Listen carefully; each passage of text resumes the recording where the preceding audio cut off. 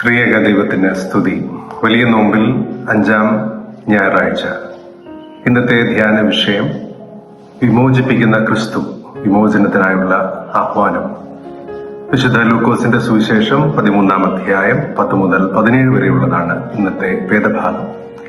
യേശു കർത്താവ് ഗലീലയിൽ നിന്ന് യെരുശലേമിലേക്കുള്ള തന്റെ യാത്രയിൽ സിനഗോഗിൽ എത്തിച്ചേരുമ്പോൾ അവിടെ ശബത്ത് ദിവസം ആരാധനയ്ക്കായി വരുന്ന ദീർഘവർഷങ്ങളായി കൂന് ബാധിച്ച ഒരു സ്ത്രീയെ സൗഖ്യമാക്കുന്നതാണ് നമ്മുടെ വേദഭാഗം.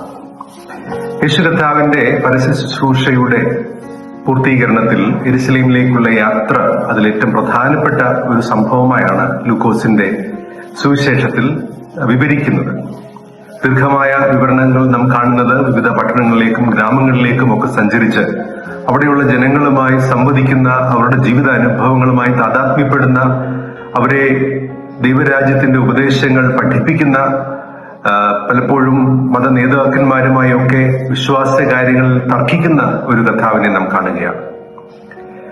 യേശു കർത്താവിന്റെ പരസ്യ ശുശ്രൂഷയുടെ ആരംഭത്തിൽ നസറേത്തിലെ സിനഗോഗിൽ പ്രസംഗിച്ച നസറത്ത് മാനിഫെസ്റ്റോ എന്നൊക്കെ നമ്മൾ പ്രത്യേകമായി വിവരിക്കുന്ന ആ പ്രസംഗം, ബദ്ധന്മാർക്ക് വിടുതൽ, കുരുടർക്ക് കാഴ്ച, പീഡിതർക്ക് പ്രസാദവർഷം പ്രസംഗിക്കാൻ കർത്താവ് എന്നെ അഭിഷേകം ചെയ്തിരിക്കുകയാൽ അവന്റെ ആത്മാവ് എന്റെ മേലുണ്ട് എന്നുള്ള ആ ഒരു വലിയ പ്രഖ്യാപനത്തിന്റെ ഒരു യഥാർത്ഥമായ അനുഭവമാണ് ഈ സിനഗോഗിൽ നാം കാണുന്നത്.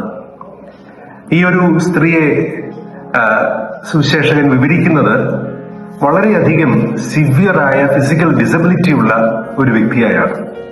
18 സംവത്സരമായി ഗുരുതരമായ ശാരീരിക രോഗം ബാധിച്ചിട്ടുണ്ട്, കൂന് ബാധിച്ചിരിക്കുകയാണ്, നിവർന്നു നിൽക്കുവാൻ കഴിയുകയില്ല. അപ്പോൾ ആ ഒരു രോഗത്തിന്റെ അവസ്ഥ വളരെ തീവ്രമാണ്. അത് ആ ഒരു വ്യക്തിയുടെ ശരീരത്തെ മാത്രമല്ല, വ്യക്തിത്വത്തെ തന്നെ നിർവചിക്കുന്ന തരത്തിലേക്ക്, വികലമാക്കുന്ന തരത്തിലേക്ക് അത്രമാത്രം തീവ്രമായ ഒരു അനുഭവത്തിലൂടെയാണ് കടന്നു പോകുന്നത്. ഒരുപക്ഷെ ആ ഒരു ദേശത്തിന്റെ വലിയ ദൈന്യതയുടെ, നിരാശയുടെ, പ്രത്യാശ നഷ്ടപ്പെട്ടു പോയ ഒക്കെ അനുഭവത്തിന്റെ ഒരു പ്രതിനിധിയായി ഈ ഒരു സ്ത്രീയെ നമുക്ക് കാണാനായിട്ട് സാധിക്കും. ഒരുപക്ഷെ ആരും ശ്രദ്ധിക്കാതിരുന്ന ഈ സ്ത്രീ എന്ന് കർത്താവ് ആ സിനഗോഗിലേക്ക് കണ്ട് അടുക്ക വിളിച്ച് അവളെ സ്പർശിച്ച് അവൾക്ക് രോഗബന്ധനത്തിൽ നിന്ന് ഒരു വിമോചനം നൽകുന്നതായുള്ള പ്രഖ്യാപനം നിവർത്തിക്കുകയാണ്. ആ ഒരു പ്രഖ്യാപനം വളരെ വളരെ അർത്ഥവത്തായ പ്രഖ്യാപനമാണ്. അത് ലോകത്തിന് ദൈവം നൽകുന്ന വലിയ വിമോചനത്തിന്റെ, അതിനെ പ്രതിദാനം ചെയ്യുന്ന, അതിനെ ഉദ്ഘോഷിക്കുന്ന ഒരു വലിയ പ്രഖ്യാപനമാണ്. എന്നാൽ ഇത്രമാത്രം വലിയ ഒരു സംഭവത്തിന് ശേഷം നടക്കുന്നത് നമുക്കറിയാം. ആ ഒരു സൗഖ്യം നടക്കുന്നത് ശബത്ത് നാളിലാണ് എന്നുള്ളത് കൊണ്ട് തന്നെ അത് ഒരു വലിയ പ്രശ്നത്തിലേക്ക്, തർക്കത്തിലേക്ക് ഒക്കെ നയിക്കുകയാണ്. പള്ളിപ്രമാണി പ്രസ്താവിക്കുന്നു, നിങ്ങൾക്ക് മറ്റു ദിവസങ്ങൾ വന്ന് വേണമെങ്കിൽ സൗഖ്യമാക്കാം, പക്ഷെ ഒരിക്കലും ശബത്തിലരുത്.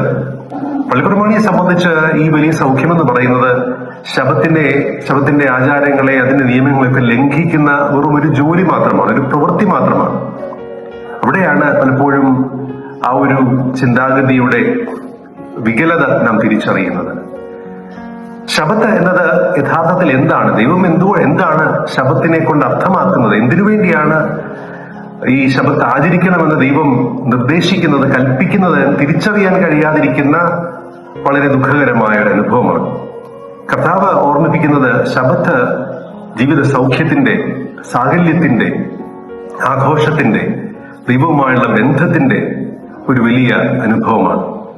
അത് ജീവിതത്തിന്റെ എല്ലാവിധമായ ബന്ധനങ്ങളിൽ നിന്നും ദൈവം എന്താഗ്രഹിക്കുന്നു ആ അനുഭവത്തിലേക്ക് ജീവിതങ്ങൾ രൂപപ്പെടുന്ന, വളരുന്ന ആ വലിയ അനുഭവമാണ്.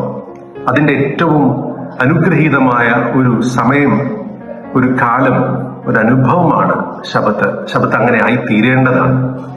അതുകൊണ്ട് നാം ഇവിടെ കാണുന്നു, ഒരു വ്യക്തിയുടെ ശാരീരികമായ ദൈന്യതയോ രോഗാവസ്ഥയുടെ ഒരു സൗഖ്യം മാത്രമല്ല. അവിടെ യഥാർത്ഥത്തിൽ സംഭവിക്കുന്നത് ശബത്തിന്റെ അർത്ഥം തിരിച്ചറിയുന്നതിലൂടെ ഒരു ആരാധന സമൂഹം തന്നെ വിമോചിക്കപ്പെടുകയാണ്, വീണ്ടെടുക്കപ്പെടുകയാണ്. ആരാധന സമൂഹവും ആരാധനയ്ക്ക് നേതൃത്വം നൽകുന്നവരും ആ ദേശവും ഒക്കെ ദൈവരാജ്യത്തെപ്പറ്റി ഉന്നതമായ, ഉദാത്തമായ ഒരു കാഴ്ചപ്പാടിലേക്ക് നയിക്കപ്പെടുകയാണ്. പ്രിയമുള്ളവരെ, ഈ ഒരു നോമ്പ് നമ്മുടെ ജീവിതങ്ങളുടെ ധാരണകൾക്ക് ഒരു രൂപാന്തരം നൽകുന്ന നോമ്പായി മാറട്ടെ. ആരാധന സമൂഹം എന്ന നിലയിൽ നമ്മെ വിമോചിപ്പിക്കുന്ന, ക്രൂശിലേക്ക് ക്രിസ്തുവിനോടുകൂടെ സഞ്ചരിക്കുവാൻ നമ്മളെ പ്രേരിപ്പിക്കുന്ന, നമ്മുടെ ജീവിതത്തിന്റെ വികലമായ ധാരണകളെയൊക്കെ തിരുത്തുന്ന, ലോകത്തിനു വേണ്ടി, ലോകത്തിന് സൗഖ്യത്തിന് മുഖാന്തരമാകുന്ന അനുഗ്രഹകരമായ ബന്ധങ്ങളുടെ, ആഘോഷങ്ങളുടെ അനുഭവമായി തീരട്ടെ എന്ന് പ്രാർത്ഥിക്കാം. അതിന് ദൈവത്തിന്റെ പരിശുദ്ധാത്മാവ് നമ്മെ ശക്തീകരിക്കുമാറാകട്ടെ. ആമേൻ.